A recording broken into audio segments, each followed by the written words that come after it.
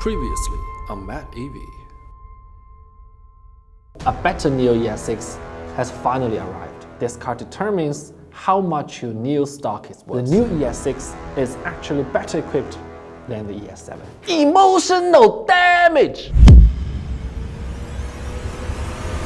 And today, despite having slight dissatisfaction, I went ahead and drove the new ES6, which made me even more unpleasant.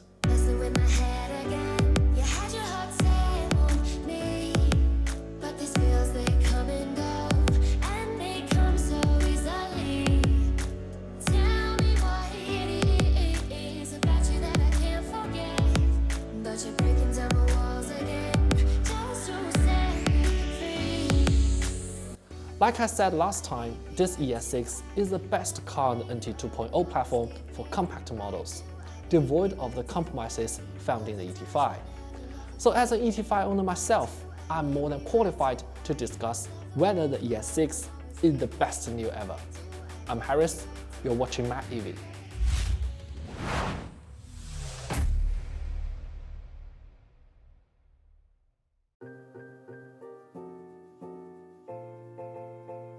The uncomfortable seats were widely complained by NIO owner, mostly ET5s.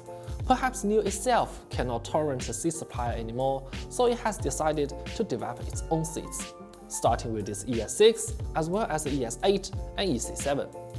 Speaking from actual experience, if a car maker wants to integrate the seats perfectly into the intelligent cockpit, the self-R&D seats might be very necessary. Apart from having a big step up in riding comfort, the ES6 has a lighter and more durable seat frame, a smoother and quieter adjustment, loads of comfort features that can be fully upgraded via OTA, and a marvelous queen passenger seat. But unlike the ES7, this passenger seat will cost you an additional €1,000.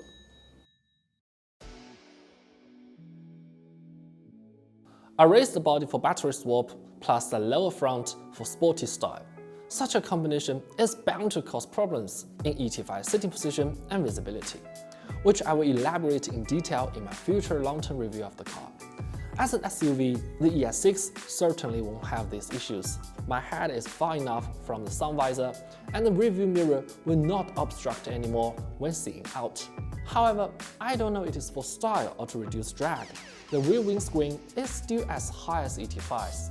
Together with the fact that NIO insisted on not having a digital rearview mirror, the visibility of the back is a bit limited.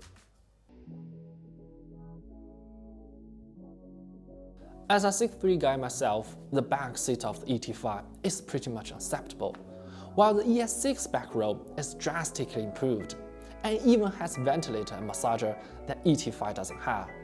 So it's definitely a much more comfortable car for everyone inside. Of course, these two features will cost you another €700. Being an SUV, there are two more interesting changes in the back. First, the upper fixed point of the middle seat belt is now on the seat, rather than the awful location in the ET5. Second, the rear windows can now be lowered completely, which might be good news for your dog.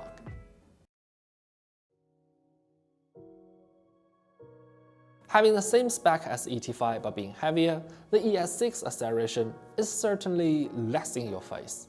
However, NIO's official numbers has always been the opposite of false advertising, so not 100 in 4.5 seconds is nothing to complain about. A more noticeable difference is the throttle pedal. The ET5 is clearly stiffer for a sportier feel. Although this contributes to a more precise throttle control when driving aggressively, it can sometimes make you tired during a long trip. This ES6, on the other hand, is completely different. It's softer and less sensitive in the front section. Apparently, this is more comfort-oriented. I've always been very confident in NIO's braking performance. Whether it's the strength or stability, they're always top-notch in the segment. But they did some tweaks on the region this time. The ET5's braking has a very strange issue, as it can be a bit twitchy before the full stop, unless the region is at its highest.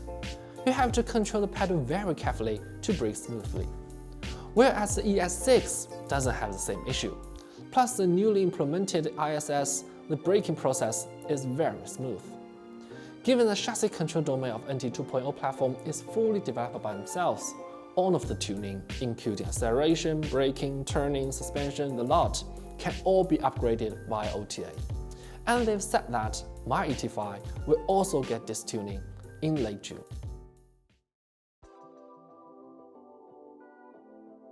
You can see from this bit of the video that the ES6 is much softer than the ET5, but it still performed pretty good for the slalom and the moves test.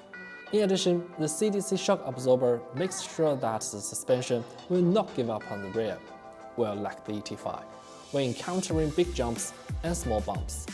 One more thing, from my own experience, I can clearly feel the differences in the shock absorption, roll isolation, and lateral support between the core spring the ES6 and air spring the ES7. But I'm not so sure how many NIO owners care about the differences. On paper, the ES6 should be less efficient than ET5 due to a heavier body, higher drag coefficient, but same power. However, owing to a more efficient silicon carbide motors and lighter cast aluminum rotors, it could actually have pretty much the same level of energy consumption as the ET5. At least judging from my short test run, achieving 16 is quite acceptable. Well, enough said about the unpleasant stuff for the ET5 and ES6 owner. Let's talk about something we can all enjoy, the Binary 2.0 system. From the outside, the most noticeable change is the UI. The navigation can now be displayed in the dashboard, the aircon control panel are better to use, and the menu for driving mode has now integrated with more features. What's more, they also added the game center, screen mirroring, exclusive service group on board, and many other new features. But the biggest and the most shocking upgrade is the inside, because now the infotainment system can also utilize the computing power of ADAS chip, which is one of the 4 OEMs. In other words, they finally realized that 1016 TOPS is a bit wasted for the current ADAS. Speaking of ADAS, the upgrade is not that noticeable, except that it can now change to the left lane when facing an emerging ramp. It's basically the same as my ET5. Phantom braking, illogical lane changing, over-conservative overtaking, and some other issues are still there. We might have to wait till the BEV is officially launched by the end of June to really experience the true capability of the NOP+. But I'm not sure if this is relevant to you guys. We still don't know if you can get the full NOP+ as we do, because FSD from Tesla is limited in China.